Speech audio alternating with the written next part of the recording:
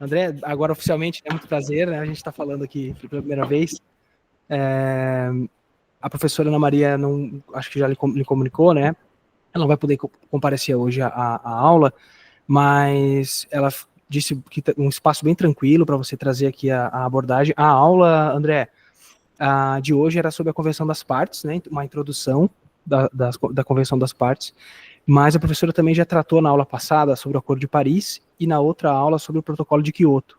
Então ela introduziu alguns conceitos históricos, né? A própria leitura na íntegra do próprio Protocolo de Quioto e também trouxe os aspectos destacados dos principais artigos do Acordo de Paris. E a ideia, acho que a professora já alinhou com você, né? Se trazer um pouco mais sobre o próprio acordo, né? A Convenção das Partes, essa perspectiva aqui para a turma, que na próxima aula o exercício vai ser justamente com base no Acordo de Paris, também algumas perspectivas, tanto da ADPF, também 708, e outras perspectivas do próprio acordo. Mas, André, eu não sei se você quiser se apresentar, já iniciar a fala. Não tem muita, eu diria que não tem muita metodologia, mas é mais freestyle hoje. A professora não pôde vir, mas, por favor, fique à vontade. Acho que o pessoal tá ouvindo bem aí, né? Se quiser... Me ouve bem? Fique à vontade. Obrigado, viu? Boa. Obrigado, Bruno. Bom, eu não sei, Bruno, se você consegue virar um pouquinho a câmera só para eu ter algum contato com o pessoal do computador aí, pode ser legal. Bom, agora sim. Olá, pessoal. Bom, estou muito contente de estar voltando aí, ainda aqui virtualmente para São Fran. Então, me apresentando rapidamente, meu nome é André, eu sou egresso aí da São Francisco, fiz um mestrado também com a professora Ana Maria. Nesse momento eu estou em Portugal, em Lisboa. Eu estou fazendo doutorado aqui, eu estou no final já depositei e estou agora pela banca. E eu fiz esse doutorado em cotutela, né, em dupla titulação com a São Francisco.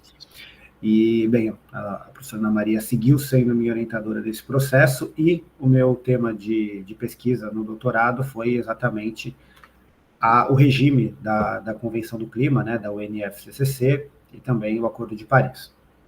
Hoje, bom, também para me apresentar, hoje eu sou diretor técnico da La Clima, não sei se vocês já ouviram falar, é uma rede de estudantes de direito e advogados que trabalham especificamente com mudanças climáticas, uma rede que hoje já tem mais de 1.200 pessoas em todo o Brasil, bastante gente que veio da São Fran também. Então, caso vocês tenham interesse, tenham curiosidade, serão muito bem-vindos aí na nossa rede. E, bem, hoje o que eu vou trazer para vocês aqui é um pouco sobre as COPs, né? Mais especificamente sobre o que aconteceu nas COPs depois do Acordo de Paris, né? Eu vou trazer um pouquinho de uma revisão do que a professora trouxe, só para a gente ter um pouco de contexto, né? Não ficar alguma informação solta, de qualquer forma. E também queria deixar vocês muito à vontade, para caso tenham dúvidas, podem me interromper, se vocês não conseguirem falar daí, talvez vocês consigam passar a questão para o Bruno, e o Bruno aí no microfone passa para mim. Mas queria realmente que vocês ficassem completamente à vontade de fazer perguntas, comentários e qualquer questão que vocês tenham no meio da aula. Então, vamos lá. Vocês não estão vendo a minha tela ainda, né? Só um minuto.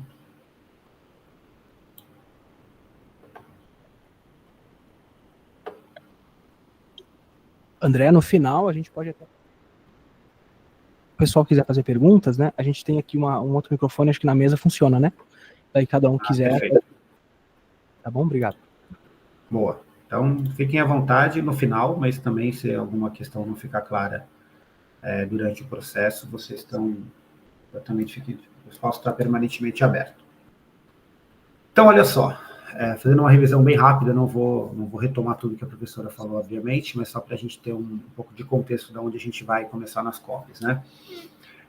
A Convenção Quadro das Nações Unidas para as Mudanças Climáticas, a UNFCCC, ela é uma dos resultados da Convenção do Rio de Janeiro, a Rio 92, ou a ECO 92, né? Tiveram outras convenções que saíram de lá também, né? A Convenção da Diversidade Biológica, né, que também é chamada de CDB, a Convenção de Combate à Desertificação, e outros documentos que não são convenções, né, são declarações, como a Declaração do Rio, a Carta da Terra e a Agenda 21, que naquele momento foi bastante inovador, né, era uma agenda mesmo, né, de metas e compromissos que os países assinavam e manifestavam a intenção de cumprir. Hoje a Agenda 21, de alguma maneira, foi substituída pelos ODS, né, ela foi atualizada pelos ODS, que é uma agenda para 2030. Então, mas muito do que são os ODS hoje veio desse documento da Agenda 21, que foi adotado no Rio, né? André, desculpa, um minutinho, eu vou aumentar um pouquinho o seu áudio, que eu acho que tá baixinho, né, pessoal? Vou tentar aumentar bem levemente aqui pro pessoal, tá? Só um minutinho. Tá. Se ainda estiver ruim, eu posso tentar trocar de microfone aqui.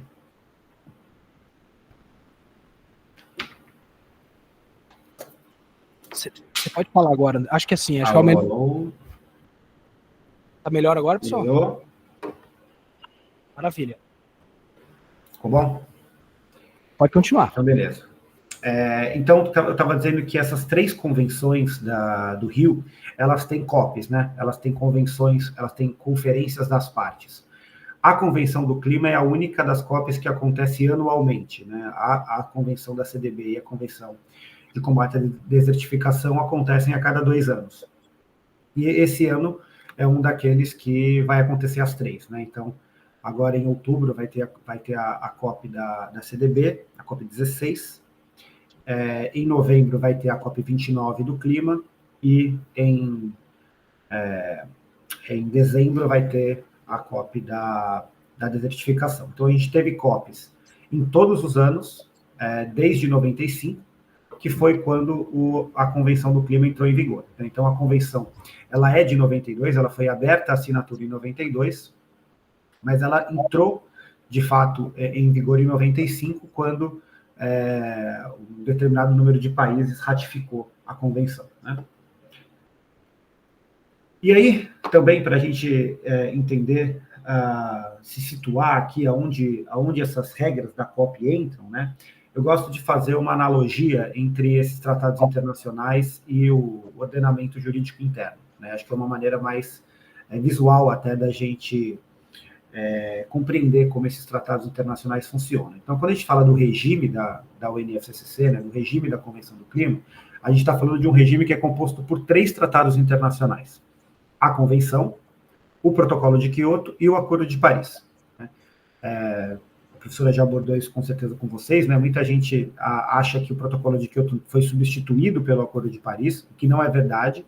Em muitos aspectos, sim, né? Em alguns temas, hoje, são tutelados, são regulados pelo Acordo de Paris, mas o Protocolo de Quioto permanece em vigência. Alguns dos seus mecanismos, principalmente mecanismos de mercado, ainda estão ativos, né? Ainda tem crédito de carbono, por exemplo, do Protocolo de Quioto sendo comercializados, e também chequei que até o mês passado, retrasado, teve ainda países que entraram dentro dos processos de compliance, né, de cumprimento do Protocolo de Quioto, ou seja, entraram ali num processo administrativo por não terem cumprido alguma obrigação do Protocolo de Quioto. Então, ele é um tratado que ele perdeu a sua relevância, né? Hoje, os principais aspectos internacionais das mudanças climáticas são regulados pelo Acordo de Paris, mas o Protocolo de Quioto ainda existe. Mas como que eles se organizam, né? Então, a convenção era uma convenção quadro, né? Como diz o próprio nome, mas lembrando que isso aqui, essas leis ambientais, essas leis internacionais, na verdade, não são leis, né? Elas são tratados, então elas têm uma natureza contratual. Então, isso significa que a convenção quadro, ela, em termos contratuais mais usados no Brasil, ela é como se fosse um contrato guarda-chuva, né? Que dentro desse contrato tem os outros tratados internacionais que se relacionam com ela, que implementam a convenção, né? Esse é o nome que é usado nos tratados. O Protocolo de Quioto e o Acordo de Paris são meios de implementação da convenção.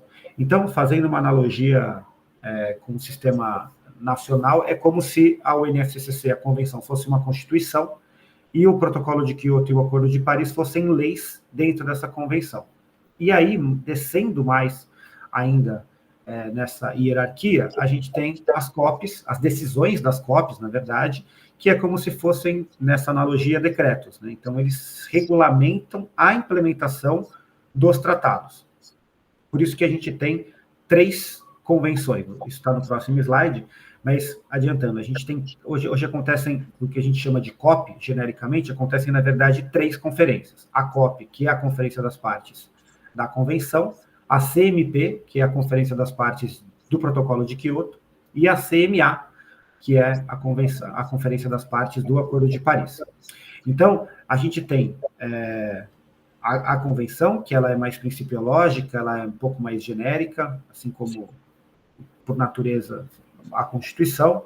Os tratados são como se fossem as leis, e as decisões das COPs são normas regulamentadoras de implementação dos tratados, então eles funcionam mais ou menos como se fossem os decretos. Outra coisa importante para lembrar aqui é que a Convenção, ela separou os países em 2 grandes blocos, né? Os países do anexo 1 e os países do não anexo 1. Os países anexo 1 são esses que estão pintados de marrom aí no mapa, né? Que são os países do norte global, né? Lembrando que, embora a Austrália e a Nova Zelândia estejam no sul geográfico, eles são países considerados de norte global, né? Que são os países industrializados também, e aqueles países que eram membros da União Soviética e que foram países socialistas durante o período da Guerra Fria, né? Esses países foram incluídos no anexo 1. E toda a parte que está de branco no mapa são os países do sul global, são os países em desenvolvimento, são os países que portanto, não entraram no anexo 1 e, por consequência, lá em 92, não tiveram compromissos de mitigação, principalmente, definidos naquele momento, né?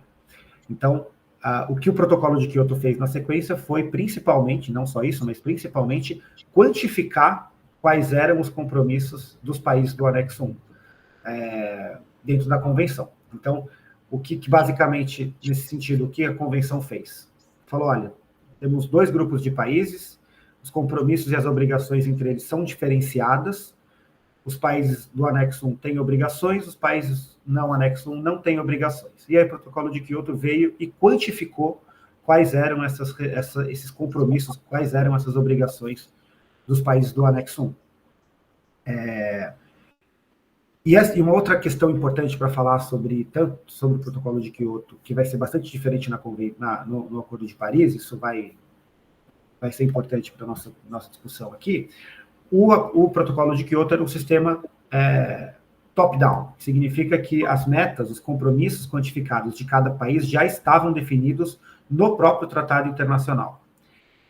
Enquanto no Acordo de Paris, hoje, os compromissos, as obrigações, elas são nacionalmente determinadas por todas as partes pelas NDCs. Então, esse é um sistema bottom-up, um sistema de baixo para cima.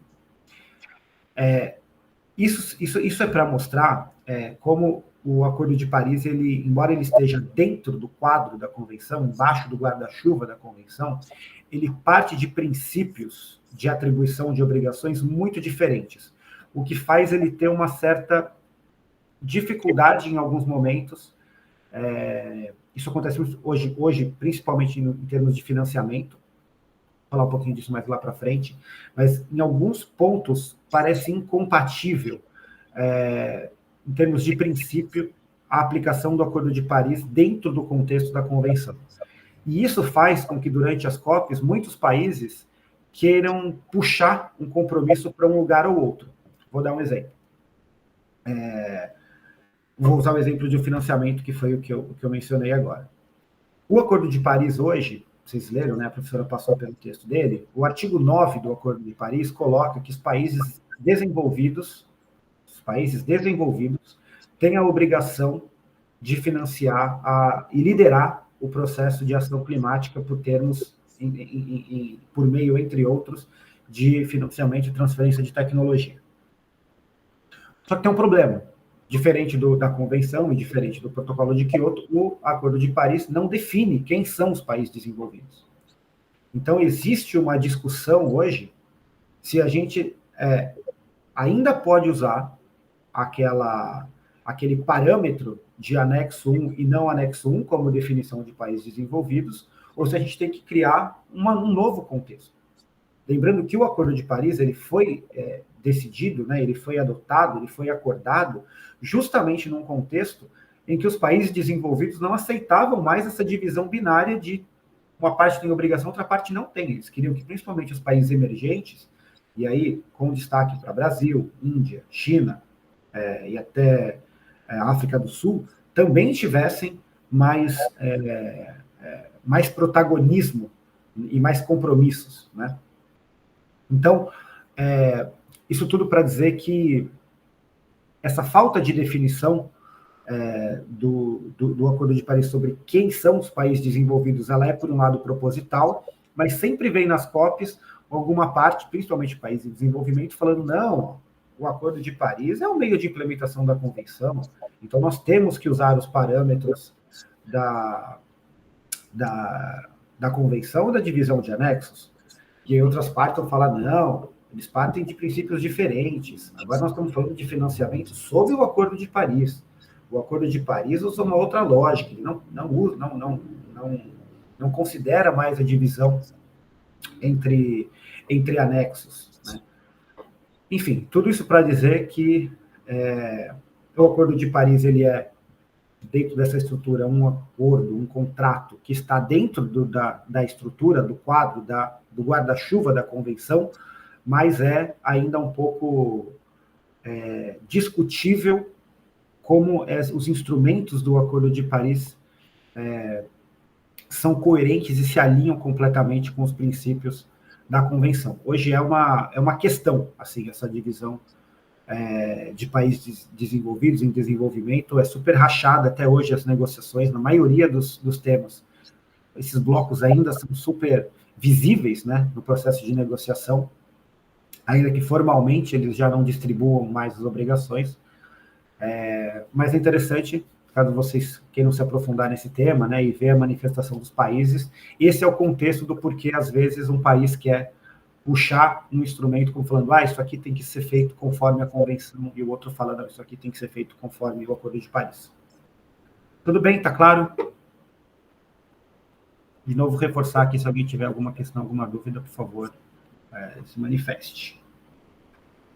Então, como eu já adiantei, né, a gente tem várias reuniões que acontecem dentro da COP, né, então a gente tem essas três conferências, elas acontecem simultaneamente, né, em diferentes salas ali dentro da estrutura que é montada para a COP sendo a Conferência das Partes da UNFCCC, a CMP, a Convenção das Partes do Protocolo de Quioto, e a CMA, as decisões do Acordo de Paris.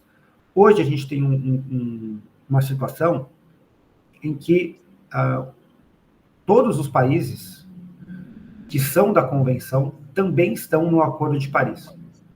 Então, hoje as coisas são um pouco mais misturadas, né? Embora tenha essa discussão que eu mencionei agora há pouco sobre uma questão de esse instrumento se refere ao Acordo de Paris ou se refere à Convenção, justamente para puxar a parte do critério de anexos, né? O fato é que eles são discutidos pelas mesmas partes. Agora, isso não acontece quando a gente está falando da CMP, né? E aí tem uma questão muito importante. Os Estados Unidos, eles são signatários do acordo do Protocolo de Quioto, mas eles não são parte do Protocolo de Quioto. E aí essa é uma questão de direito internacional, eu não sei o quanto para vocês é muito claro isso, né? Mas a diferença entre ser parte e ser signatário de um acordo. Então, em termos, explicando bem, devem ter visto isso já, né, na aula de direito internacional público, mas relembrando muito rapidamente, os países eles assinam o tratado, né? Então vai lá um representante, alguém que é designado pelo chefe de Estado, pode ser um diplomata, pode ser um ministro, pode ser o próprio chefe de Estado, e assina o tratado internacional, e ele passa, então, isso é, na verdade, uma manifestação de intenção do país em fazer parte do tratado. E depois, o tratado tem que passar por um processo de ratificação, e aí cada cada tratado internacional, cada país tem o seu processo, né? Então, no caso do Brasil, o processo de ratificação do tratado internacional, ele acontece como qualquer lei, né? Ele passa pela votação nas duas casas, né? Tanto na Câmara quanto no Senado, e depois a gente tem a sanção presidencial, e por fim, o último passo disso é o presidente, né, o chefe de Estado, mandando uma carta de ratificação, no caso aqui é um tratado da ONU, então vai uma carta de ratificação da ONU, dizendo que o Brasil, de fato, ratificou o tratado dentro do seu processo interno e está apto a fazer parte, portanto, do tratado, e aí sim assume as obrigações e os compromissos em relação aos seus pares, em relação às outras partes do tratado. Então, nesse processo, os Estados Unidos ratificaram o protocolo, eles assinaram o protocolo de Kyoto na COP3, mas esse tratado nunca foi aprovado pelo Congresso dos Estados Unidos, né? Então, os Estados Unidos não ratificou, então, portanto, nunca foi parte. Isso acontece principalmente porque a Constituição dos Estados Unidos, ela restringe que os Estados Unidos possa ser punido por qualquer órgão externo a ele, né? A ele, Estados Unidos. Então, como o protocolo de Kyoto tinha ali um comitê de compliance que poderia estabelecer punições, esse foi um dos motivos para que formalmente os Estados Unidos se negasse a entrar no protocolo de Kyoto. Mas o aspecto mais importante, na verdade, é político, né? É um aspecto de que os Estados Unidos não aceitavam que países emergentes, principalmente a China, que já era um concorrente comercial importante, tivesse regras diferentes aos Estados Unidos, ou seja, para os Estados Unidos não fazia sentido, né, naquele momento, lá no final da década de 90, que um concorrente comercial importante não tivesse regras de redução de emissões, enquanto ele, Estados Unidos, teria. E teria a maior das metas de redução de emissões, uma vez que já era o país mais emissor, né? Então, tem uma questão política, mas teve também um argumento jurídico constitucional dos Estados Unidos que fez com que eles não entrassem no protocolo de Kyoto, né? E aí é muito interessante porque o processo de acordo do Acordo de Paris, ele foi muito, em grande medida, conduzido pelo Obama. O Obama foi muito ativo dentro do Acordo de Paris, justamente para que ele fosse formado de uma maneira que fosse aceitável dentro do Congresso americano e que não passasse pelo mesmo problema, pela mesma barreira que o protocolo de Kyoto passou, né? Isso é interessante, o fato de chamar acordo e não protocolo já vem daí, né? A própria nomenclatura foi uma questão importante. E aí, se vocês colocarem também, se vocês forem ver no preâmbulo do protocolo de Kyoto e do Acordo de Paris, eles têm uma diferença sutil que também faz muita diferença para a adesão dos Estados Unidos. O protocolo de Kyoto, ele está escrito no preâmbulo que ele é um documento, um acordo de implementação da convenção, e o Acordo de Paris fala que aquele é um acordo sob a convenção. E isso já é um argumento que traz para dizer também que aquele critério de divisão de anexos da convenção não necessariamente vai se aplicar ao Acordo de Paris, porque ele não está implementando a convenção, mas ele é um acordo que está sob a convenção. Enfim, eu tenho certeza que a professora chegou a falar isso para vocês também. Cada palavra que está nos tratados, assim como nas conferências, nas decisões das COPs, elas são pensadas, né? Elas têm um significado. E esse caso específico aí sob a convenção e de implementação da convenção faz toda a diferença. Inclusive, essa é uma questão importante também para a gente entender como o Acordo de Paris tem diferenças de como ele é interpretado em termos da vigência dele em cada país. Os Estados Unidos, eles entendem que o acordo ele tem, e por consequência a NDC, né, ela tem uma vigência apenas interna. Ou seja, os Estados Unidos colocam a sua NDC e eles são obrigados internamente a cumprir aquilo.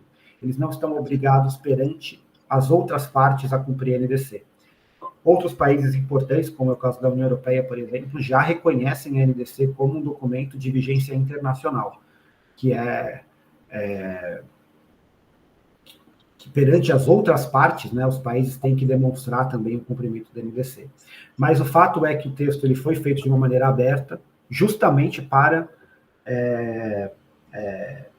permitir diferentes interpretações e assim trazer todo mundo para dentro do tratado, né?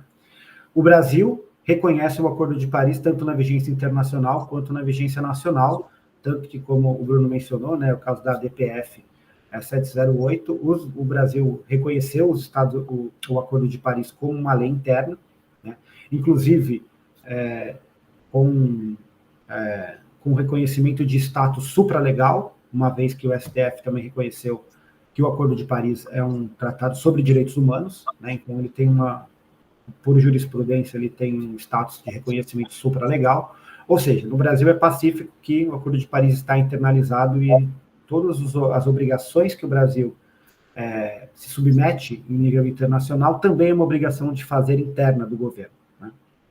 Outro exemplo disso é que o Brasil, em 2020, a cada 5 anos, os países têm que submeter novas NDCs, né, novos compromissos. O primeiro foi em 2015, o segundo foi em 2020, o próximo é no ano que vem, agora em 2025. Embora o Brasil tenha dito que vai apresentar ainda esse ano, mas enfim, a obrigação é até 2025. Tem uma obrigação do Acordo de Paris, que é que os países nunca podem submeter uma NDC que seja menos ambiciosa do que a anterior. E o Brasil, em 2020, no caso que foi conhecido como a pedalada climática, né, o Brasil mudou ali a metodologia de como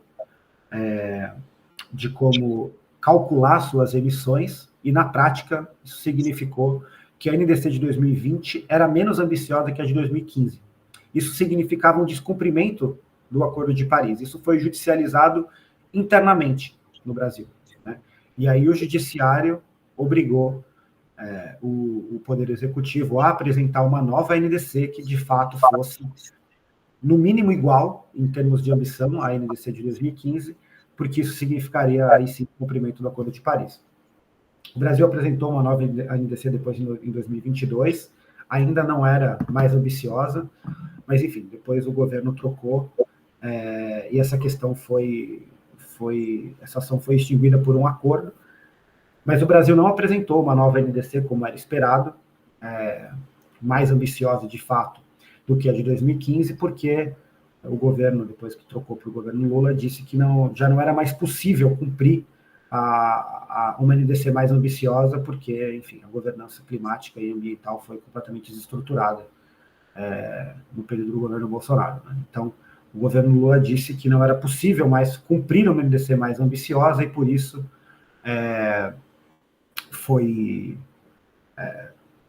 foi o argumento que eles usaram para não apresentar uma nova NDC, né? E aí o que eles disseram é que voltavam a se comprometer com a NDC de 2015 e aquilo sim seria cumprido.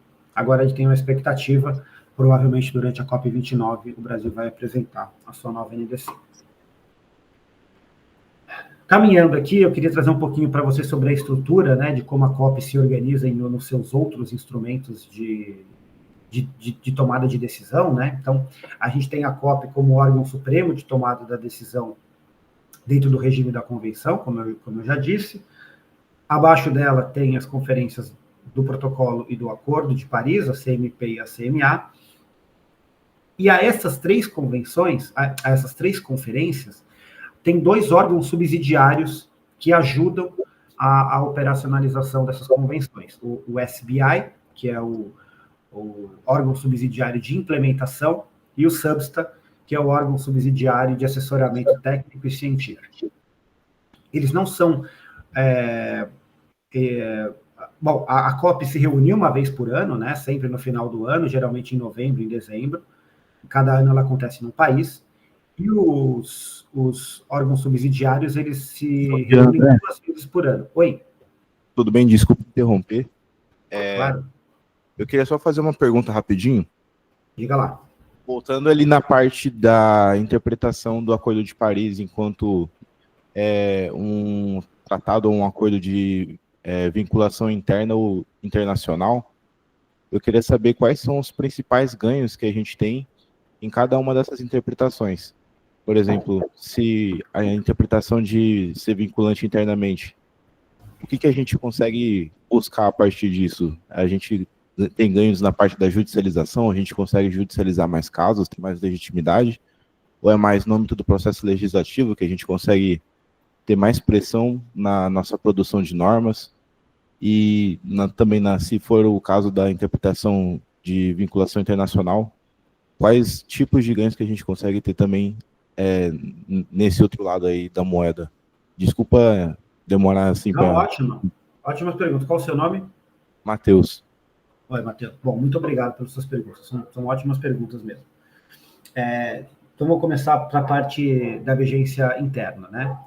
Para essas duas coisas que você mencionou, isso faz diferença, né? Então, sendo o Acordo de Paris ainda mais reconhecido como um tratado internacional de direitos humanos, né, o que lhe dá um caráter supralegal, ele de fato é um parâmetro para a compreensão se uma lei ela é constitucional ou legal, né? A depender uma lei ou qualquer norma, né? Qualquer norma, então, que apareça no Brasil, seja um decreto, seja uma lei, ele passa por um controle de legalidade ou por um controle de constitucionalidade a partir do Acordo de Paris, né? Os tratados mesmo de direitos humanos, né, eles não são equiparados à Constituição, até porque também, nesse caso específico, não foi aprovado com 3/5, né, não foi aprovado com quórum constitucional, então ele não é equiparado a uma emenda constitucional, mas ele fica ali como supralegal, ele fica entre a Constituição e a lei. O que significa que, teoricamente, a gente não pode ter nenhuma lei que seja promulgada no Brasil que seja contra o Acordo de Paris, porque essa lei pode ser declarada inconstitucional. Não é exatamente esse o termo, mas, enfim, ela passa por um controle de adequação ao Acordo de Paris. Então, no processo legislativo, isso faz diferença. E também na parte da judicialização, né? Assim como foi no exemplo da NDC, o Brasil tem que apresentar uma NDC a cada 5 anos, e ela tem que ser sempre mais ambiciosa. Essa é uma obrigação procedimental do Acordo de Paris, né? Ele é dividido basicamente em obrigações substantivas e obrigações substanciais. Isso é mais uma divisão do ponto de vista acadêmico, para a gente entender, né, os conceitos. Mas o que seriam as obrigações procedimentais? Os países têm que apresentar suas NDCs a cada 5 anos, os países têm que apresentar os seus relatórios de transparência a cada 2 anos, os países têm que apresentar os seus planos nacionais de adaptação, tem que apresentar como eles vão ser, qual é o conteúdo que eles vão ter, isso tudo de natureza nacionalmente determinada. Então, as obrigações substanciais são os países mesmo que colocam, né? Agora, todos os países têm que apresentar esses documentos, né? E aí o que acontece é que se o Brasil não apresenta, né, não cumpre essas obrigações substantivas, né, substanciais, aí o que acontece, as procedimentais, isso pode ser judicializado internamente, e aí o Ministério Público, uma ação civil pública, etc., pode exigir que o Poder Executivo cumpra a sua obrigação procedimental em relação aos países, às outras partes, né? Agora, as obrigações substanciais, né, as substantivas, elas podem ser judicializadas internamente. Então, vamos supor, o Brasil não cumpre a sua NDC.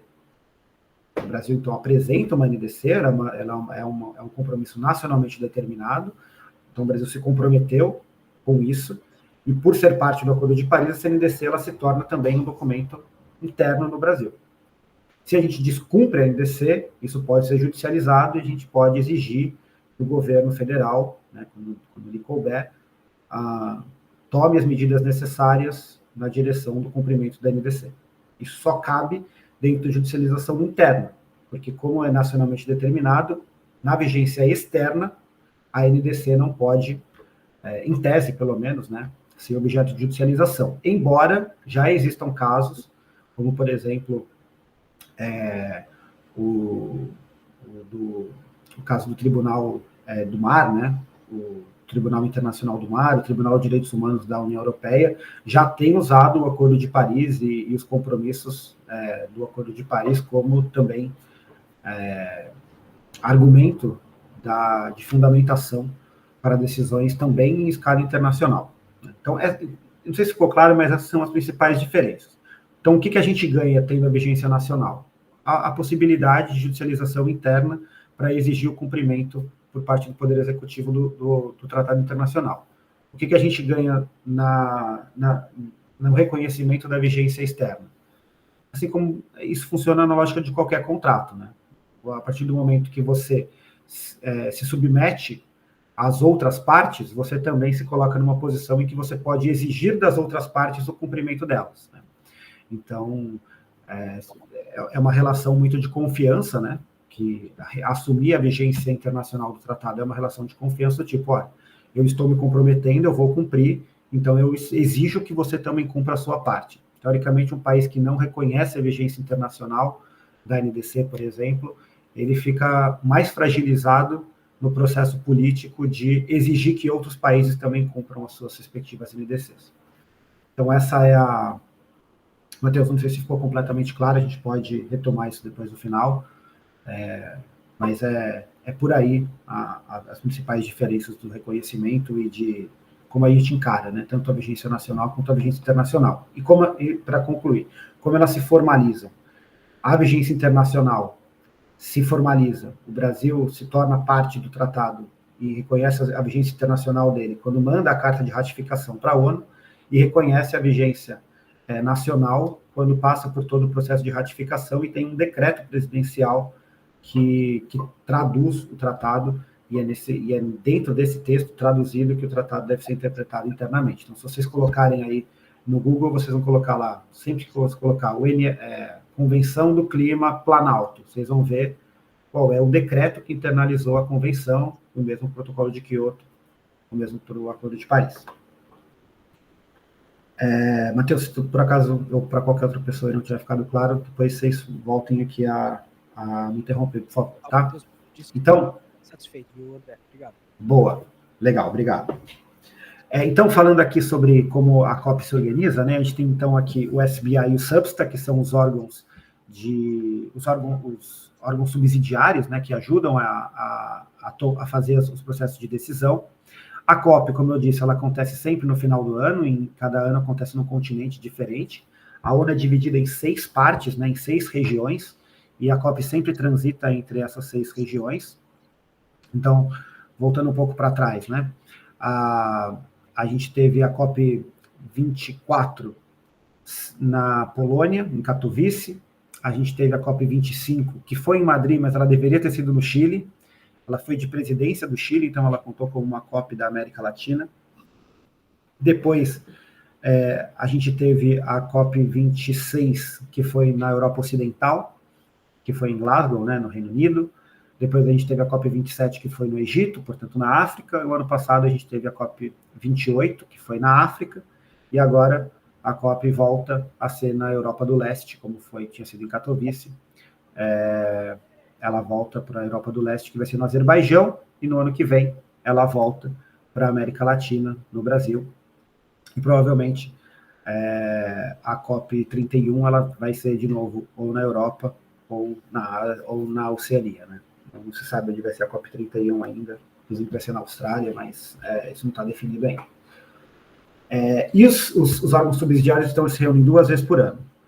Uma sempre em Bonn, na Alemanha, que é a sede do secretariado da convenção, e depois, uma semana antes da COP, né, já na estrutura montada pela COP. Então, o SBI, ele fala de questões de implementação, e o SBSTA, ele fala de questões de técnicas e científicas. Deixa eu só concluir essa ideia e já te passo a palavra. Então, um exemplo de questões que o SBI, por exemplo, olha, eu vou usar o tema da transparência para mostrar como eles são tratados por cada um dos órgãos subsidiários. Os países em desenvolvimento precisam de financiamento para fazer os seus relatórios de transparência. Isso requer uma série de capacidades e tecnologias, etc. Eles precisam de dinheiro, né? A gente não pode contar que, sei lá, Uganda vai ter a mesma condição de apresentar um relatório de transparência tão robusto como os Estados Unidos. Então, a gente precisa de transferência de capacidade e tecnologia. Como essa capacitação e essa tecnologia vai ser transferida é uma questão de implementação. Ou seja, sem essas condições, Uganda, no meu exemplo aqui, não tem condição de cumprir a sua obrigação. Então, tem uma questão de como esse dinheiro vai chegar e como ele vai ser usado, e como vai ser também a transparência do uso desse dinheiro, enfim, para que um país mais pobre, um país com mais dificuldade de capacidade de tecnologia consiga cumprir a sua obrigação de transparência. O que seria uma questão do SAMSTA? Questão metodológica. O que nós vamos reportar, quais são os gases, qual é a metodologia que a gente vai usar para entender qual é a quantidade de emissões de gás carbônico, de metano, de óxido nitroso, etc. Ou seja, são questões bem metodológicas. Como vai ser o quadro, como vai ser o sistema que os países vão colocar essas informações. Ou seja, essa é uma questão de assessoramento tecnológico. Então, por isso que, para dar um exemplo de como, no mesmo tema, esses temas podem ser tratados por implementação ou pelo SAMSTA. E aí, esses órgãos subsidiários, eles fazem ali as suas conclusões dentro das suas sessões e passam esses textos para serem aí sim definidos na COP, aí sim adotados na COP, que é o espaço deliberativo. Então, os órgãos subsidiários, eles são técnicos, né? Enquanto as COPs são políticas, evidentemente. Então, esses textos sobem para a COP, para avaliação da COP, e aí elas são adotadas dentro de um processo político deliberativo. Por favor. Com licença, André. Primeiramente, bom dia. Meu nome é Caio, sou aqui aluno matriculado na matéria. E no começo da fala, você mencionou que na Convenção Quadro foi estabelecido, né, o anexo 1, com as exercícias públicas soviéticas dos países desenvolvidos, e no anexo 1, que são países emergentes e subdesenvolvidos. Porém, mais tarde, né, com o desenvolvimento de acordos a partir da Convenção Quadro, veio o Acordo de Paris, começou a dar mais atribuições aos países subdesenvolvidos e emergentes. Não existe uma espécie de antinomia, de conflito de normas entre o que a Convenção Quadro estabeleceu, de isentar o não anexo 1 de atribuições, e o que o Acordo de Paris estabelece atualmente de dar atribuições a esses países? Boa, Caio, boa pergunta. Não exatamente, porque o Acordo de Paris ele não dá obrigação nenhuma para os países em desenvolvimento. O que ele faz é colocar que os países têm obrigações nacionalmente determinadas. Então, o que aconteceu foi o seguinte, por isso que é importante a gente dividir entre as obrigações substantivas e as procedimentais, né, as substanciais e as procedimentais. Então, as obrigações procedimentais, elas são iguais a todas as partes. Elas têm, na verdade, uma flexibilidade para os LDCs, né, que são Least Developed Countries, os países menos desenvolvidos. Para esses países, especificamente, tem uma flexibilidade, mas não são regras diferentes. Então, todos os países, pelo Acordo de Paris, têm que apresentar um relatório bianual de transparência, com exatamente as mesmas regras. Todos os países têm que apresentar suas NDCs, e têm que seguir as mesmas regras. Todos os países têm que apresentar os seus planos nacionais de adaptação, que seguem as mesmas regras. E aí, cada país, nacionalmente, define como vai ser o seu plano de adaptação, qual vai ser a sua meta de mitigação, e assim por diante. Né? Portanto, o que acontece aqui é que a gente não tem uma obrigação para os países em desenvolvimento diferente do que já tinham. O que eu quero dizer com isso? Na convenção, os países também têm que colocar os seus inventários de emissões. Todos os países têm que colocar os seus inventários de emissões. O que acontece é que lá na convenção, os países têm, em termos de transparência, por exemplo, os países desenvolvidos eles tinham que apresentar o BR, que é o Biannual Report, e os países em desenvolvimento tinham que apresentar os BUR, que é o Biannual Update Report. Os dois são documentos de transparência, os dois são bianuais, mas o BR, né, que era dos países desenvolvidos, ele era mais robusto, ele era mais complexo, ele era mais completo. e o BUR, ele é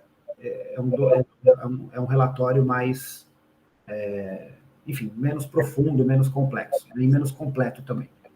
O que acontece hoje é que o Acordo de Paris unificou as obrigações. Hoje, a gente está num processo de transição ainda que os 3 documentos têm que ser apresentados. Então, os países desenvolvidos têm que apresentar o BR e o BTR, que é o Biannual Transparency Report, que é do Acordo de Paris. Eles têm que apresentar o BR da Convenção e o BTR do Acordo de Paris, enquanto os países em desenvolvimento, incluindo o Brasil, têm que apresentar o BUR e o BTR. O BTR é comum a todos, só que um aparece o BR e o outro o BUR. Existe uma discussão ainda na agenda de transparência se os BTRs vão substituir os instrumentos de transparência da Convenção ou se eles vão somar. O Brasil adota a posição de que soma. O Brasil não quer tirar essa diferenciação do BR e do BUR. Eu não sei exatamente por quê. Eu só sei que o Brasil se posiciona para que o BTR seja um terceiro instrumento de transparência, e não que passe a ser o único. Os países desenvolvidos, principalmente, eles querem eliminar a obrigação de apresentar os relatórios da Convenção e querem unificar só no de transparência, porque eles falam que tem uma duplicação de esforços, uma duplicação de dinheiro, o que me parece razoável, de fato. Né? Mas eu nunca desci muito na minúcia do porquê, qual é o argumento, né, para quem quer manter esses 3 documentos de transparência funcionando. Né? Mas acho que assim, não sei se consegui responder a sua pergunta, mas de fato o Acordo de Paris ele não traz novas obrigações para os países em desenvolvimento. Ele simplesmente coloca que eles têm que assumir algum compromisso. Né? E o que acontece? Isso ainda está dentro do princípio das responsabilidades comuns, porém diferenciadas, que é o principal princípio, é o princípio pilar da Convenção, que foi também trazido de novo, escrito nominalmente no Acordo de Paris, né? E o que acontece, na verdade, é que o Acordo de Paris ele fez uma releitura desse princípio. Ele tem a aplicação do Acordo de Paris, ele reinterpreta esse princípio. Então, as responsabilidades eram comuns, por quê? Porque algumas obrigações são comuns. As de transparência, por exemplo. Todos os países têm que apresentar relatórios diferentes, mas todos os países têm que ser transparentes. Todos os países têm que fazer os seus esforços de mitigação na maior medida do que é possível frente às considerando suas condições nacionais, né? Isso está na Convenção. Isso são as obrigações comuns. Mas tem as obrigações diferenciadas. Como que a Convenção diferenciou isso naquele momento? Entre o anexo 1 e no anexo 1. Como que o Acordo de Paris diferencia essa? De uma maneira nacionalmente determinada. Cada país autodetermina o seu compromisso. Tem questões ainda, né? As coisas têm funcionado de uma maneira harmônica, né? Porque existe também uma questão de entender qual é o princípio, né? Qual é o fundamento que foi pensado para que essas regras funcionassem, né? Então, elas têm funcionado dentro do espírito da lei ali, né? Então, todo mundo entendeu mais ou menos qual era o objetivo dessa nova interpretação do princípio das responsabilidades comuns, porém diferenciadas, mas tem essa questão. Por isso que, em alguns temas, os países querem puxar para a Convenção, alguns temas eles querem puxar para o Acordo de Paris, porque existe ainda uma sutileza na diferença aí. E aí, dependendo do tema, é mais conveniente que seja interpretado segundo a Convenção e, às vezes, segundo o Acordo de Paris. Mas, em geral, elas funcionam de uma maneira coerente, embora esse conflito exista e, de vez em quando, ele aparece. Perfeito. Obrigado pela resposta. Imagina. Bom, e aí, terminando aqui esses outros órgãos, né, que são criados aqui de tomada de decisão, a gente tem os contact groups e as informal negotiations. Basicamente, são grupos, são salas de negociação que são formadas, tanto no encontro dos órgãos subsidiários quanto das COPs, que é onde as negociações de fato acontecem, né?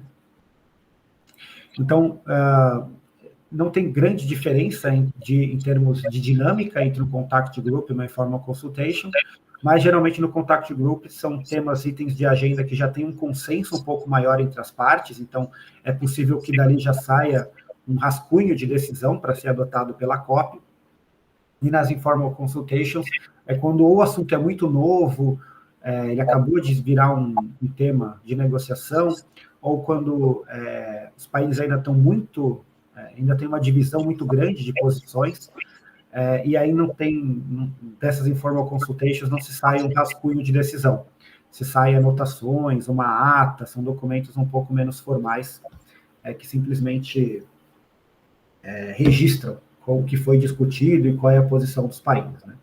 Então, a ideia é que depois da informal consultation, um item de agenda, um tema de negociação suba para um contact group, e aí depois esse texto do contact group seja finalmente adotado pela COP. E paralelo a tudo isso, acontecem os side events, né? Paralelo, esse é o nome mesmo, né? Os eventos paralelos, que também acontecem dentro da estrutura da COP, eles não são deliberativos, eles não são feitos pelas partes, né? Eles acontecem em pavilhões, que até são, às vezes, organizados pelos países, pavilhões também são organizados por agências da ONU, às vezes, né?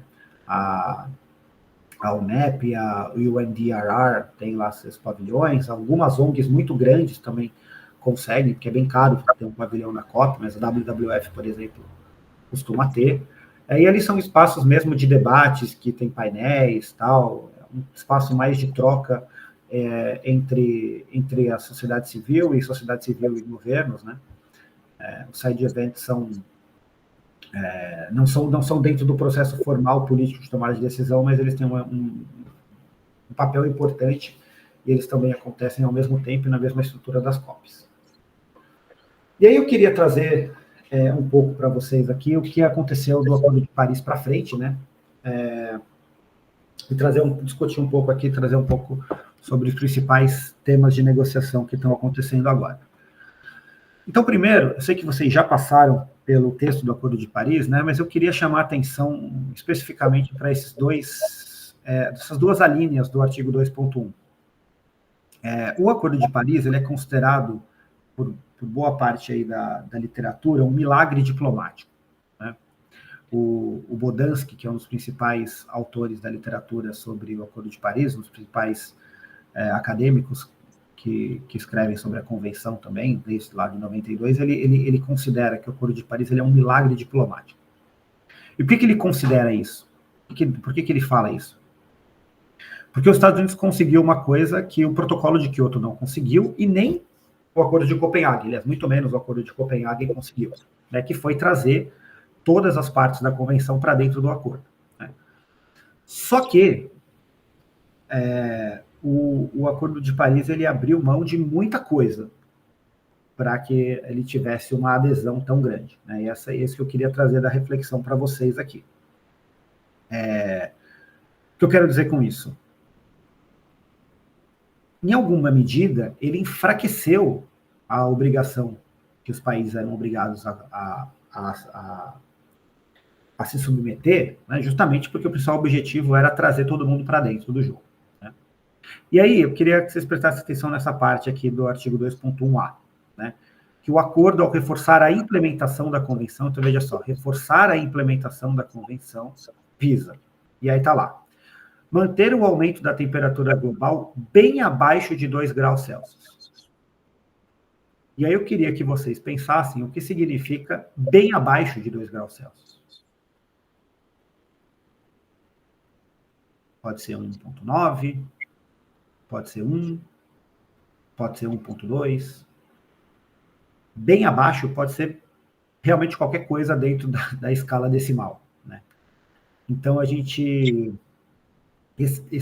texto desse tratado, o texto dessa linha especificamente, ela tem essa questão de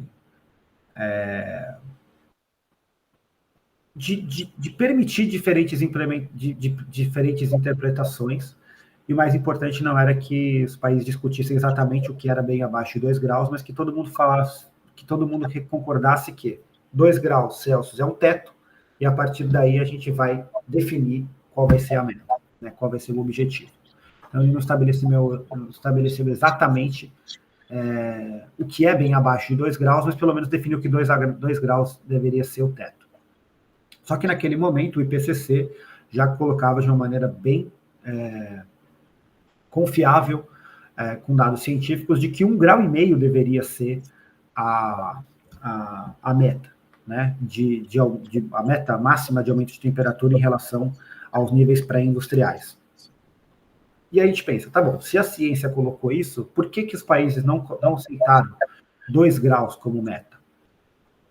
E o principal motivo, e eu acho que é até coerente, é o seguinte: 1,5 grau, pensando ainda com a cabeça de 2015, né, era em termos de quantidade absoluta de emissões a serem reduzidas, era muito ambicioso.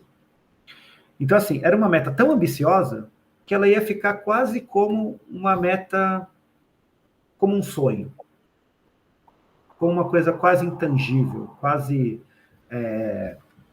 inalcançável.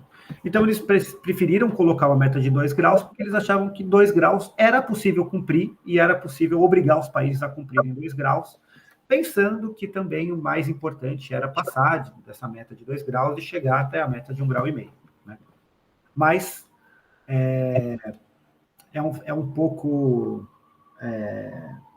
desapontador, né, para quem esperava que a meta fosse de 1,5 grau, afinal, seria de fato reconhecer a base científica para a tomada de decisão, mas o fato é que, né, 2 graus seria muito ambicioso, então eles preferiram adotar uma meta mais realista, o que tem seu valor também, tem a sua coerência.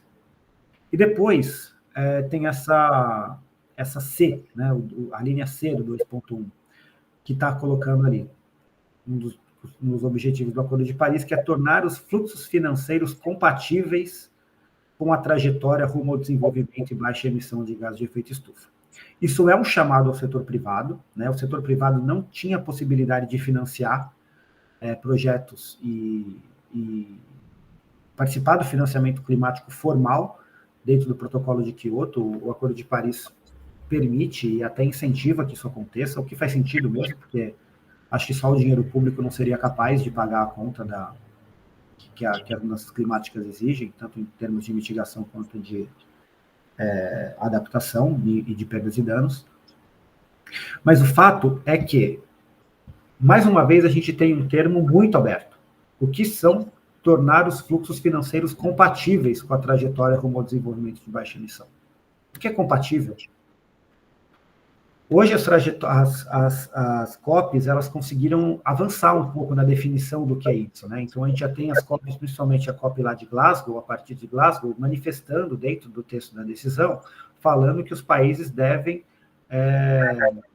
que deve ser desincentivado o subsídio aos combustíveis fósseis, ou um outro termo mais bizarro ainda, né? Que é os subsídios ineficientes ao combustível fóssil. Enfim, já tem uma definição do que é um fluxo financeiro compatível, né? Se a gente percebe que países continuam subsidiando combustíveis fósseis, isso é claro já de que não é um fluxo financeiro compatível com a trajetória do desenvolvimento com uma baixa emissão. Então, hoje a gente já entende que uma das maneiras de cumprir esse objetivo 2.1c do Acordo de Paris segundo decisões mais recentes da COP, impedir ou desincentivar os países de continuarem subsidiando internamente combustíveis fósseis. Outra coisa que eu queria mostrar para vocês aqui também, obrigações mais importantes do Acordo de Paris, né? Também não vou me alongar aqui, porque vocês já passaram por isso, né? Mas eles colocam aqui que cada parte deve comunicar e manter as sucessivas NDCs, então aqui, de novo, obrigações procedimentais, né? E adotar medidas de mitigação doméstica para cumprir os compromissos estabelecidos. Ou seja, os países têm que apresentar no seu relatório de transparência quais foram as medidas domésticas que eles adotaram para cumprir o NDC. Quais são essas medidas domésticas? Isso é nacionalmente determinado. Ah, mas elas são suficientes, elas não são? Isso é uma questão para ser definida internamente, eventualmente até por judicialização, como foi a pergunta do Matheus. Mas externamente, o que os países podem exigir do outro? O cumprimento das obrigações procedimentais. Depois, a gente tem aqui que as NDCs submetidas devem ser sempre mais ambiciosas do que a anterior. Então, esse foi exatamente o artigo 4.3, o que fundamentou a judicialização interna no Brasil, quando o executivo apresentou uma meta em 2020, em 2020 menos ambiciosa que a de 2015, né? E deve sempre ter em conta as responsabilidades comuns, porém diferenciadas, e as respectivas capacidades. Então, mais uma vez, a gente trouxe um princípio da convenção, ele está nominalmente mencionado no Acordo de Paris, e aí mostra aquela questão da releitura, né, que a gente falou sobre como a convenção e o Acordo de Paris enxergam esse princípio. Depois a gente tem aqui a responsabilização por perdas e danos, que é um mecanismo de Varsóvia, é o WIM, né, o WIM. Esse é um mecanismo que ele foi criado antes do Acordo de Paris, ele é da COP18, o Acordo de Paris é da COP21, né? E ele foi recepcionado pelo Acordo de Paris. Então, hoje, o Acordo de Paris reconhece, lá no seu artigo 8º, que o mecanismo de Varsóvia é um mecanismo que também serve ao Acordo de Paris, embora ele tenha sido criado no âmbito da Convenção. Isso aqui é um tema que, por si só, dava uma aula, né? Mas ele é a primeira vez, né, que a Convenção, já lá na COP18, né, falou sobre perdas e danos. E esse é um movimento interessante para a gente pensar, né? Como os tratados internacionais foram pensando as relações de mitigação, adaptação e perdas e danos. Quando a Convenção foi firmada lá em 92, o tema era razoavelmente novo, né? Pelo menos para uma massa mais crítica, para um público mais amplo, né? Um público mais geral. E ali em 92 era super possível, cientificamente, inclusive, cortar emissões a ponto de impedir o colapso do sistema climático, né? Até que, ao longo do tempo, vai percebendo que os eventos extremos, os eventos contínuos vão acontecendo, eles vão se sucedendo, eles vão ficando cada vez mais comuns, cada vez mais intensos, e aí se percebe, opa, não vai dar para a gente ficar só nessa de mitigação, a gente vai precisar adaptar também. E aí começam a surgir mecanismos de adaptação. O protocolo de Kyoto já traz, por exemplo, um fundo de adaptação para ajudar países em desenvolvimento a adotar medidas de adaptação. E depois, mais tarde, a gente tem o tema de perdas e danos aparecendo. Ou seja, não vai ser possível mitigar, só mitigar. Em alguma medida não vai ser possível adaptar. Algumas medidas, algumas coisas vão ser inevitáveis e não vai ter tempo de se adaptar, ou não vai ter condição de se adaptar, então é necessário criar algum mecanismo que permita a compensação das perdas que decorrerem desses eventos. Então, assim, começar com a mitigação é um reconhecimento do problema, mas depois reconhecer a necessidade de adaptação e, posteriormente, reconhecer a necessidade de perdas e danos, é como se o sistema fosse reconhecendo as suas derrotas, né? Enfim. Então, o Acordo de Paris ele é o mais completo nesse sentido, né? Porque ele fala de mitigação, ele fala de adaptação e ele fala de perdas e danos. A mitigação no artigo 4º, a adaptação no artigo 7º e perdas e danos no artigo 8º. Depois tem também os relatórios bianuais de transparência, né? Que eu estava respondendo agora a pergunta do Caio, que são documentos que são obrigatórios a todos, né? A todas as partes. O primeiro relatório bienal de transparência do Acordo de Paris tem que ser entregue até o final desse ano, até 31 de dezembro de 2024. Então, é interessante vocês ficarem atentos, porque o Brasil vai apresentar esse documento pela primeira vez, a gente vai entender exatamente em que grau está a implementação do tratado pelo Brasil. E também tem um comitê de compliance, que é muito diferente do comitê de compliance do protocolo de Kyoto. O comitê de compliance de Kyoto, ele era punitivo, né? Ele podia colocar sanções para os países. Essas sanções, elas não eram exatamente sanções, assim, né, no sentido da palavra, não era uma aplicação de multa ou alguma coisa assim.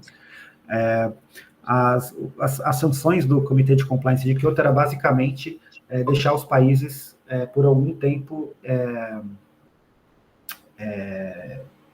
suspensos de participar dos mecanismos de mercado que o protocolo de Kyoto tinha, né? O MDL, o mercado de carbono, por exemplo. Então, os países eles ficavam suspensos desses mecanismos por um tempo até que eles mostrassem o adimplemento da questão, né? Isso podia ser tanto questões procedimentais, do tipo, não apresentou um relatório de transparência ou relações substanciais do tipo, você não cumpriu a sua meta.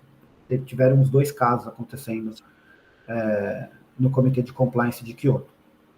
O Comitê de Compliance de Paris não tem essa parte sancionatória, ele é só facilitativo. O que significa? De novo, olha, país, a gente percebeu aqui que você descumpriu, você apresentou uma NDC, aí você apresentou o relatório de transparência, a gente viu que você ficou meio longe, ou você tinha que apresentar um documento e não apresentou. O que aconteceu? Senta aqui, vamos conversar. O que aconteceu? Por que você não cumpriu? Faltou dinheiro? Faltou capacidade, né? Capacitação? Foi vontade política? O que aconteceu? Então, a ideia é que esse comitê de compliance chame uma parte que inadimpliu em alguma medida e converse com ela, né, com outras partes, para tentar entender o motivo do inadimplemento e criar soluções para que a parte se torne adimplente. Esse é o principal objetivo do Comitê de Compliance de Paris, e é por isso que ele é facilitativo e não punitivo. Isso está expressamente descrito também lá no artigo 15, se eu não me engano. Diga lá. André, agora uma pergunta minha. Quanto a esse aspecto, né, de vinculatividade ou não, você acredita que as decisões, por exemplo, da Corte Europeia, né, Bruno, desculpa, o finalzinho aí, acho que você deu uma abafada no microfone, se você puder repetir. Tá ouvindo agora? Agora sim. Ah, maravilha. Considerando essa questão da vinculatividade ou não, né, do acordo e das obrigações, e enfim, diante dessas decisões agora do Tribunal Internacional do Mar, Corte da União Europeia de Direitos Humanos, entre os casos, inclusive, o caso da Shell, etc., para ente privado, você acredita que esse comitê de compliance pode, por exemplo, receber uma ordem de algum tribunal ou Corte Internacional para que ele haja de um modo mais eficaz quanto a essas perspectivas de inadimplência, etc., que, em síntese, que essas decisões judiciais, internacionais ou domésticas, procurem exigir daquele comitê de compliance, que seria esse órgão interno, que faça a cobrança, né, eventualmente, e até esse entendimento, como você falou, enfim, decisões judiciais, cortes que peçam a implementação desse mecanismo, né, porque é a partir dele que se tem algo próximo de exigência, né? Essa é uma boa pergunta, esse é um dos temas que eu abordei na minha tese, inclusive, então interessante eu poder desenvolver um pouco aqui. Mas assim, começando pela resposta, eu acho que não. Porque esse comitê de compliance, ele não foi criado para ser punitivo, né? Inclusive, isso seria, se o comitê de compliance adotasse qualquer medida de natureza punitiva, ele estaria descumprindo o Acordo de Paris, porque o Acordo de Paris diz que ele não é punitivo, né? Então, não viria daí. O que acontece é que esses tribunais internacionais, como foi o caso do ITNOS, né, do Tribunal do Mar e também da Corte Interamericana não, a Corte Europeia de Direitos Humanos, ela reconheceu o Acordo de Paris, o Tratado Internacional, como fonte de direito, portanto, como fonte de obrigação dos países, e eles, dentro da sua jurisdição, exigem que os países adotem medidas internas para cumprir o acordo. Mas isso sai da estrutura de compliance do próprio Acordo de Paris. Ele é só usado como fundamentação para a decisão. Então, o que o ITNOS, por exemplo, em termos bem amplos, né, o que o ITNOS falou? A ciência já comprovou que o aquecimento global é um fator que causa problemas no ecossistema marinho. Então, uma vez que os países estão descumprindo o Acordo de Paris, eles também, por consequência, estão descumprindo o seu dever de diligência de cuidar dos ecossistemas marinhos. Então, ele usou o cumprimento do Acordo de Paris como uma fundamentação fática para comprovar o descumprimento da Convenção da ONU do Mar, né? E aí, o que acontece?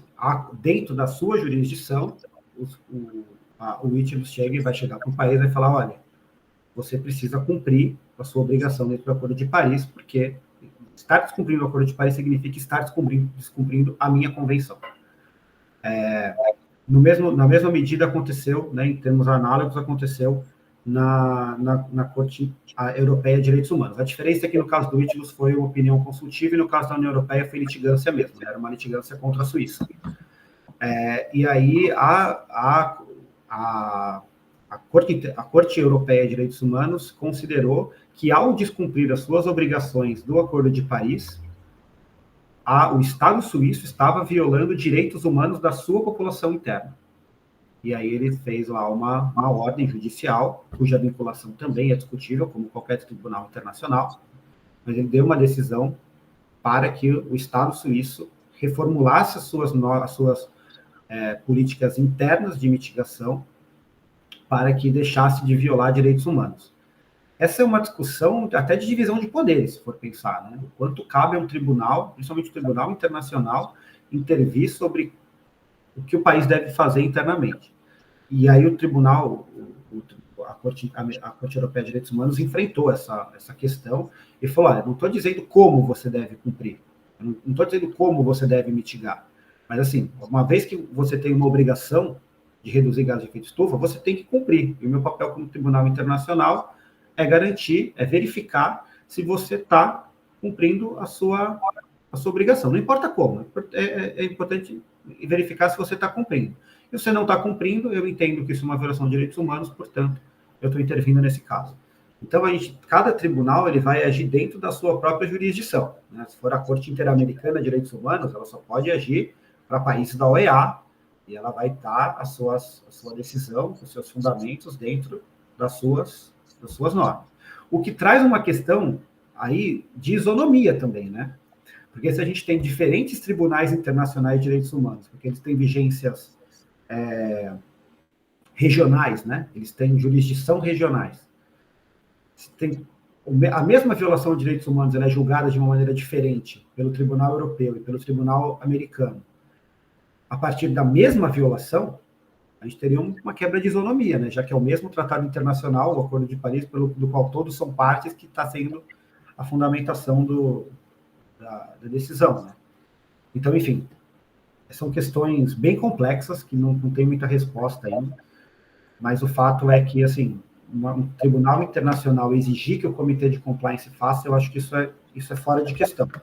Mas eles podem, dentro das suas próprias jurisdições, exigir que os países façam medidas de mitigação, né? Adotem medidas de mitigação mais robustas e mais adequadas, né, aos seus compromissos. Não sei se eu respondi bem aí. Com certeza. Obrigado, viu, André?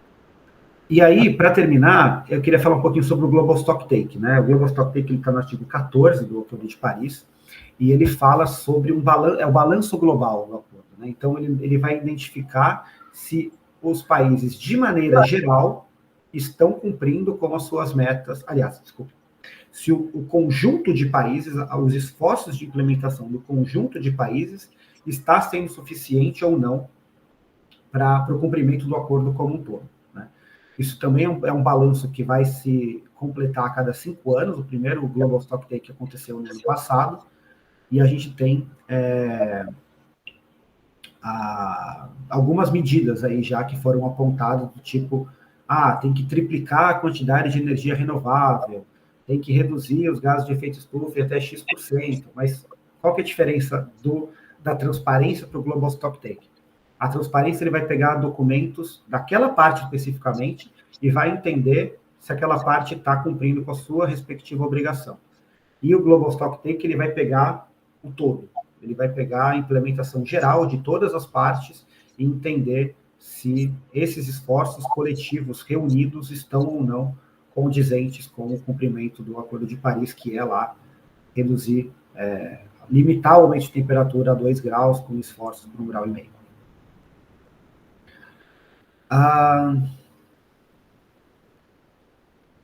Aí eu queria passar um pouquinho aqui para vocês sobre as últimas COPs, né, já encaminhando para o final, o que foi definido nas últimas COPs, né? Então, a gente teve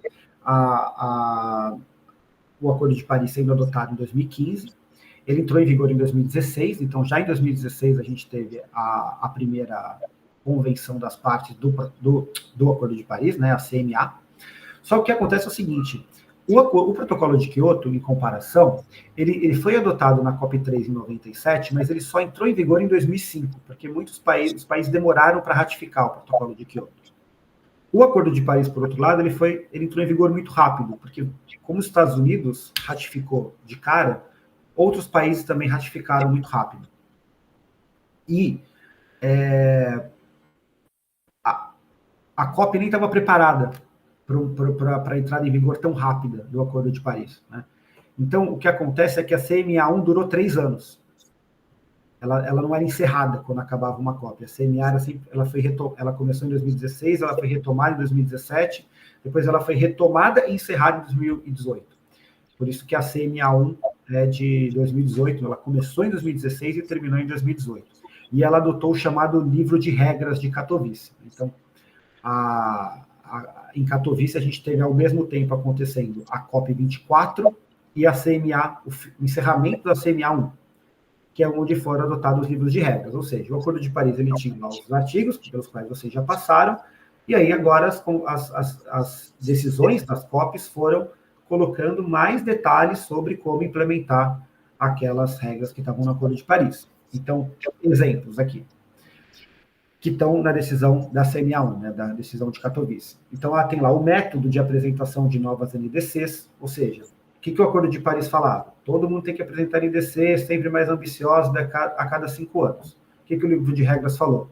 Olha, a NDC tem que ter esse componente, tem que ter esse, tem que ter aquele. Por quê? Porque as NDCs tinham que ser comparáveis umas com as outras e também tinha que ficar mais fácil depois de verificar, né, dentro dos documentos de transparência, se os países cumpriram ou não os seus compromissos. Depois, o estabelecimento de novas metas a partir de 2025 para o suporte financeiro que os países envolvidos deveriam prestar. Isso está para acontecer agora, né? Os países têm que definir, né? Essa é uma das principais questões para essa COP29 agora, aquela sigla famosa do NCQG, famosa para quem acompanha as COPs, né? Que é a nova meta global coletiva de financiamento. Lá em 2009, na Conferência de Copenhague, os países desenvolvidos se comprometeram a financiar 100 bilhões de dólares por ano de financiamento climático até 2020. Esse compromisso nunca foi cumprido. Dados da OCDE mostraram que acho que 2022 foi a primeira vez que essa meta foi cumprida, né, uma meta anual. Depois os países concluíram que essa meta ia até 2025, né, essa de 100 bi por ano, e depois, em 2025, ia ter uma nova meta quantificada de financiamento climático. É isso que está sendo decidido agora, sendo negociado agora, esse é um dos principais resultados que se espera da COP29. Outro exemplo que teve do livro de regras, né? As regras sobre o funcionamento dos artigos de mercado de carbono do Acordo de Paris, que estão no artigo 6º. Né? O artigo 6º tem três mecanismos ali, no 6.2, no 6.4 e no 6.8. O 6.2 e o 6.4 são instrumentos de mercado, e o 6.8 é um instrumento não mercadológico. Né? Mas, enfim, são instrumentos que ajudam as partes ali a cumprir com compensações de emissões. Né? Quais são as regras para isso? O livro de regras colocou algumas regras, embora só lá na COP26 elas tenham sido totalmente fechadas. Mas esse é o tipo de regra, né, que foi definido nas COPs posteriores ao Acordo de Paris. E também as regras que exigem um aumento de ambição da NDC de modo a garantir 1,5 graus. Né? Também são regras de NDC, como eu já coloquei lá no primeiro ponto. E agora encerrando mesmo, né, o que aconteceram nas últimas 3 COPs? Em Glasgow, eles reforçaram que o objetivo é de 1,5 graus, né? Então vocês lembram que lá o Acordo de Paris colocava 2 graus, com melhores esforços para 1,5 graus. A COP de Glasgow colocou que 1,5 graus deveria ser mesmo a referência, que os países deveriam trabalhar com esse parâmetro, né? E também há uma meta de redução de emissões, né? O Acordo de Paris não trazia isso, nunca trouxe isso. Ele tinha uma meta só de redução de temperatura, e aí foi quantificado. Então, como que a decisão de Glasgow trouxe? A gente precisa, em relação ao que foi emitido em 2030, a gente precisa reduzir 45% dessas emissões até 2050. aí sim nós teremos cumprido 1,5 graus. Ou seja, trouxe mais detalhamento de como cumprir o objetivo do Acordo de Paris, né? Outra coisa importante também, da COP de Glasgow, determinou que os países ajam na direção de reduzir gradualmente o uso de combustíveis fósseis. Mais uma questão aqui, né? O que é reduzir gradualmente? Não está muito claro o que é reduzir, o que é esse gradual, mas está muito claro que é não aumentar, né? Então, a partir desse momento, a partir do momento que um país esteja aumentando o seu o uso de combustíveis fósseis, ele estaria em descumprimento, né? Isso é bem interessante para pensar que o Brasil tem reiteradamente dito que quer aumentar a sua exploração de petróleo. O Brasil disse que quer passar de sexto para terceiro produtor de petróleo no mundo. Então, isso aqui é muito complicado, né? Um país que quer assumir liderança climática, vai ser o anfitrião da COP30 no ano que vem, querer se tornar também um dos principais produtores de petróleo. Isso seria um descumprimento a essa determinação aqui da COP26. E também a COP26 concluiu o livro de regras, né, trazendo as regras definitivas aqui para o mercado de carbono, embora algumas coisas técnicas ainda estejam em discussão, e também as regras de transparência, né, que vão ser aplicadas agora até o final do ano. Essas regras foram definidas na COP26. Também foi a primeira vez que os países adotaram compromissos de emissão de metano, né? Até então, sempre os compromissos eram em gás carbônico ou em equivalente, né? Em emissões equivalentes a carbono. Então, a gente teve pela primeira vez um compromisso multilateral sendo adotado especificamente sobre metano.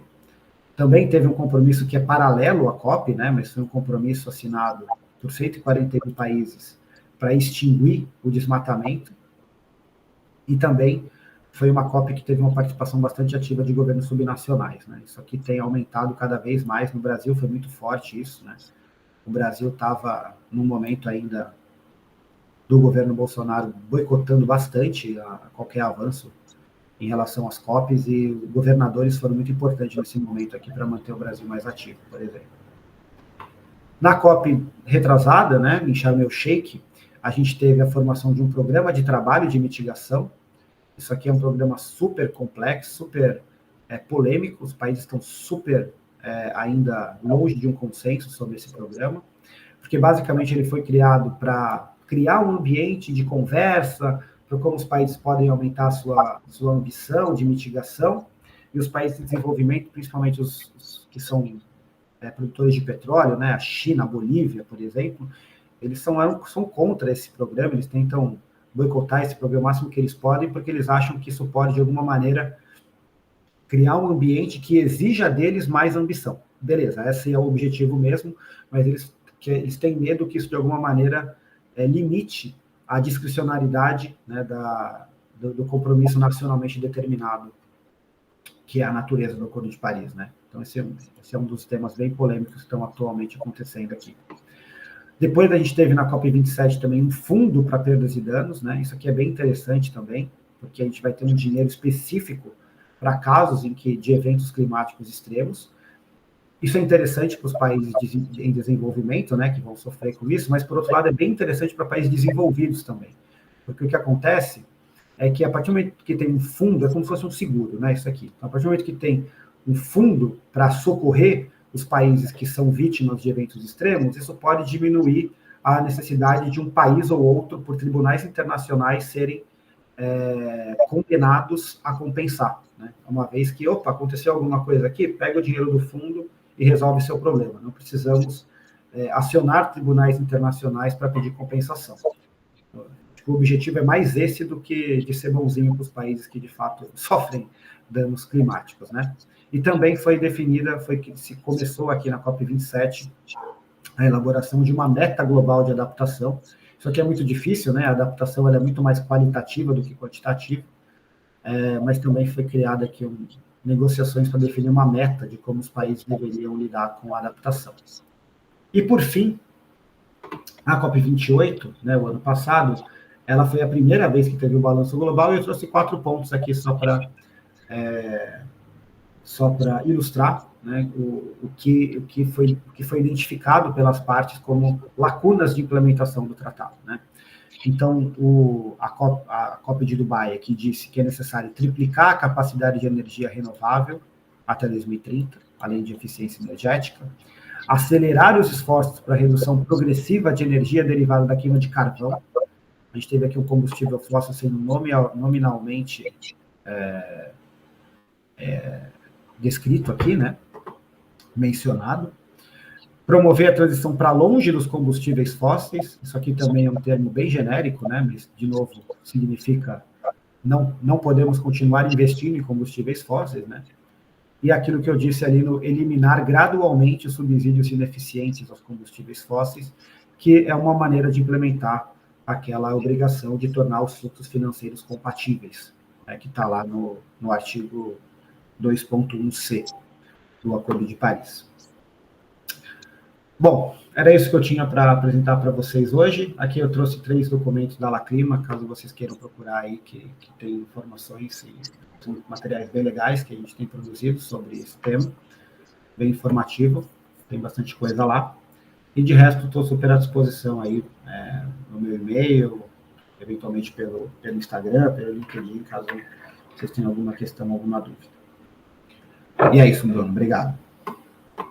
André, eu que agradeço. Acredito que tenha sido ótimas explicações e reflexões para todos aqui. E, pessoal, se alguém tiver mais alguma dúvida, quer tirar um comentário, fique à vontade, tá?